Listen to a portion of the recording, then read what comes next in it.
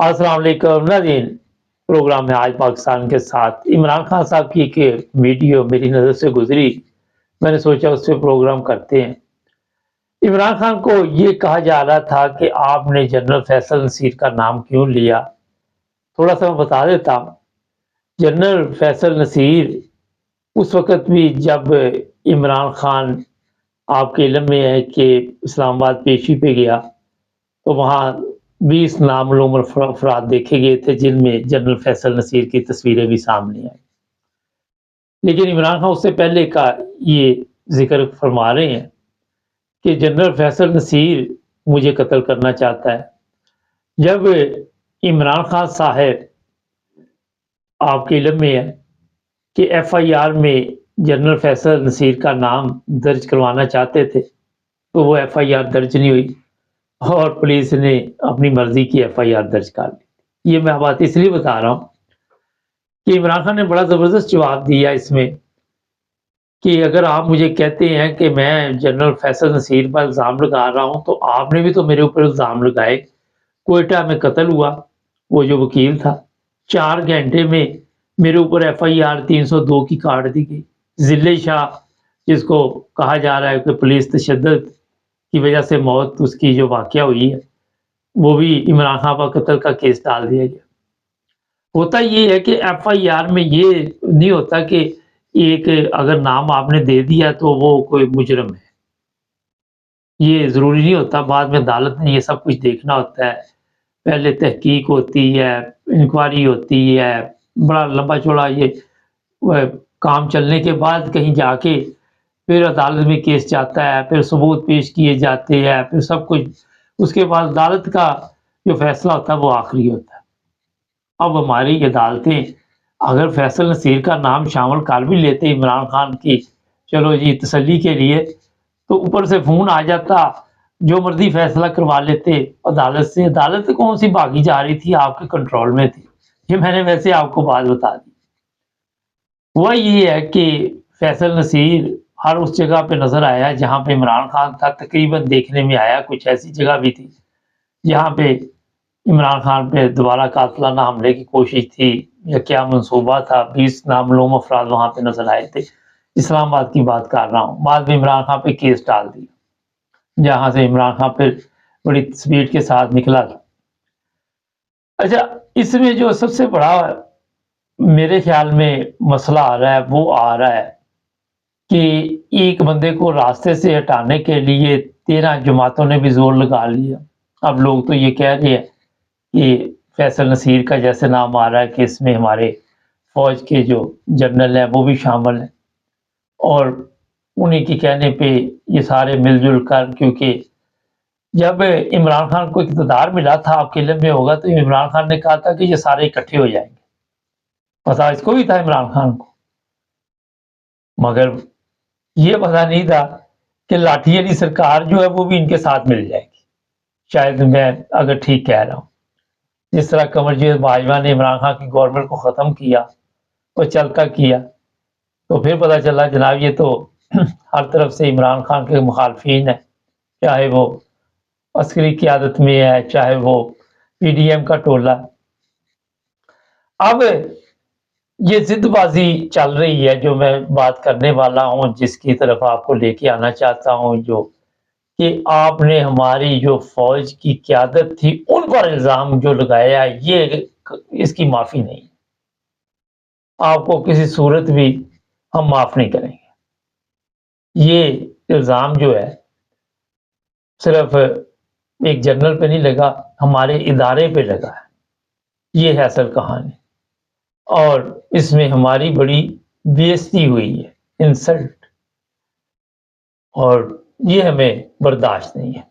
हम 75 साल से कौम की खिदमत कर रहे हैं, रात दिन हमारे लोग बॉर्डर पे शहीद हो रहे हैं, और आपको पता है बांग्लादेश जब जंग हुई उस वक़्त भी हमारे नौजवानों ने बड़ी बहादुरी से लड़ते-लड़ते कोई मेरा 94,000 या 93,000 लोगों ने वहाँ पे गिरफ्तारी दे दी, सरेंडर कर दिया, और बड़ी कुर्बानियाँ थी वहाँ भी हमारी।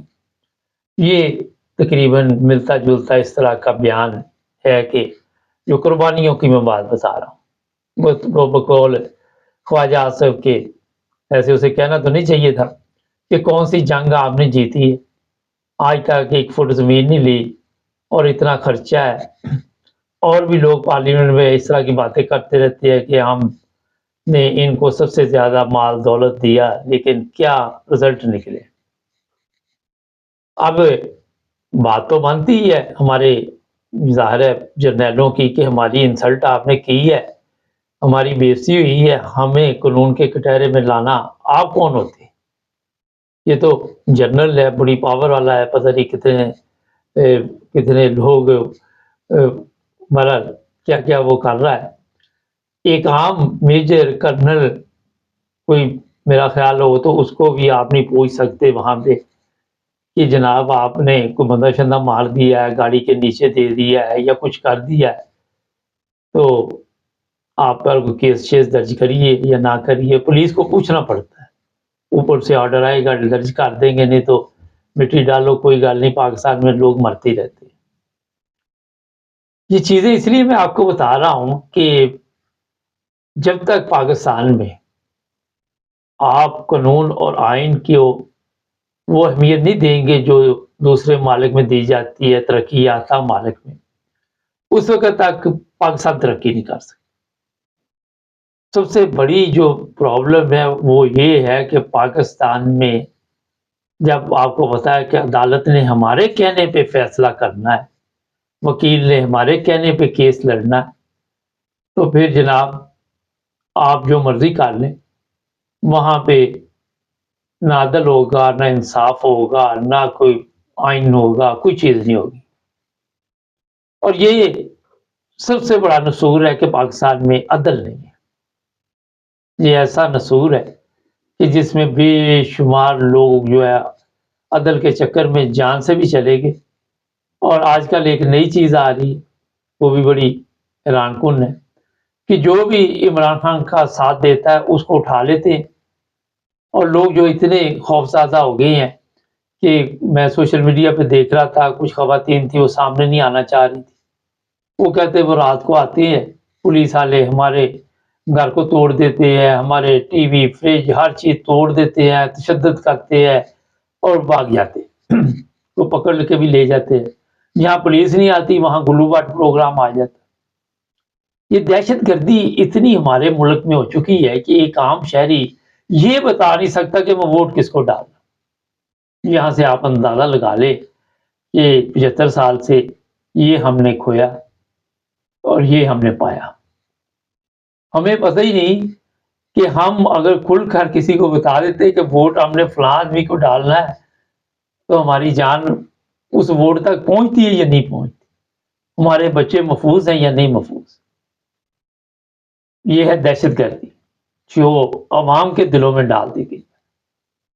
यहाँ पे सवाल ये है कि आप जो सिविल लोग हैं उनको तो फौजी अदालत में लेके चले गए, 100 के करीब लोगों को, लेकिन आपका एक बंदा नहीं जो सिविल अदालत में अपने ऊपर कोई केस से जो दर्ज हो उसकी जवाबदेह होगा।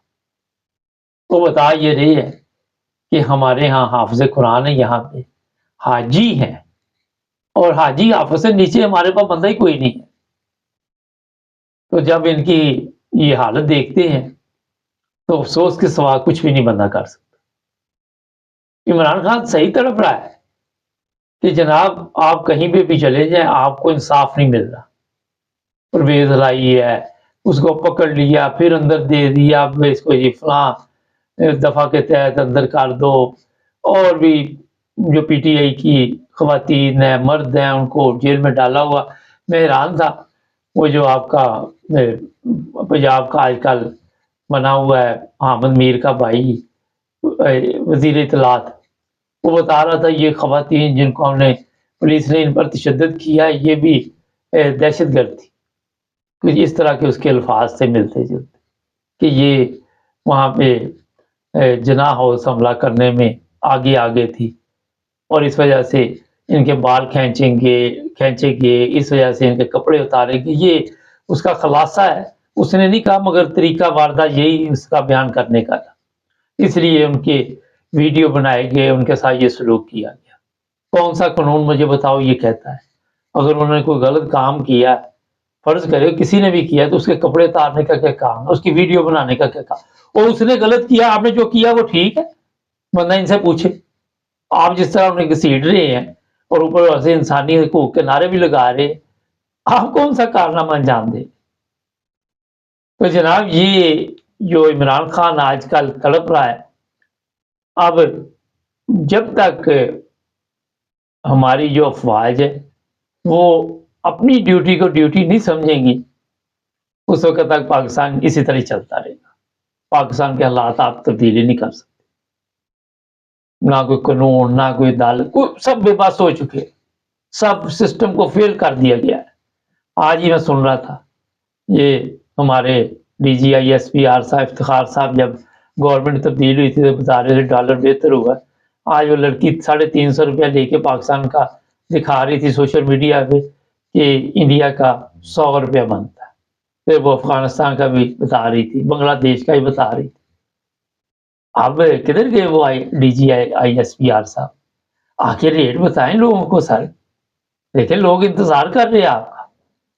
مصیبت یہ ہے کہ آپ صرف اپنی ڈیوٹی سے اگر ڈیوٹی کریں، عدالتوں کو آزاد کریں، عدالتوں کے پاس پاور ہو، عدالتیں فیصلے کریں، پہلے جج بھی انسان کی اولاد کو وہاں پہ بیٹھے ہوں۔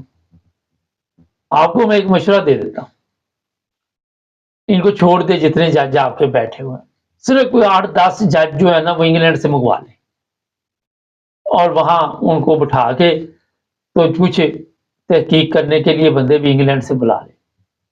میں دیکھتا ہوں کس طرح انصاف نہیں ہوتا، کس طرح وہاں پہ سسٹم نہیں چلتا۔ زیادہ نہیں بلانے آپ، ویسے بھی تو آپ چیزیں منگواتی رہتے ہیں نا باہر سے، قرضہ بھی تو لیتے ہیں نا، وہ بھی تو استعمال ہم کر لیتے ہیں، بھیک بھی استعمال کر لیتے ہیں، زکوٰۃ بھی استعمال کر لیتے ہیں، باہر سے ملتی ہے جو وہ بعد میں بڑے بڑے لوگوں کے اکاؤنٹوں میں پہنچ جاتی۔ بے نظیر انکم سپورٹ ہم وہ نہیں چھوڑتے جو 1000-1500 روپے کا پاکستان میں کچھ آتا نہیں، وہ بھی کھا جاتی ہیں، بڑے بڑے افسروں کی بیگمات اپنا پکنک مناتی ہیں۔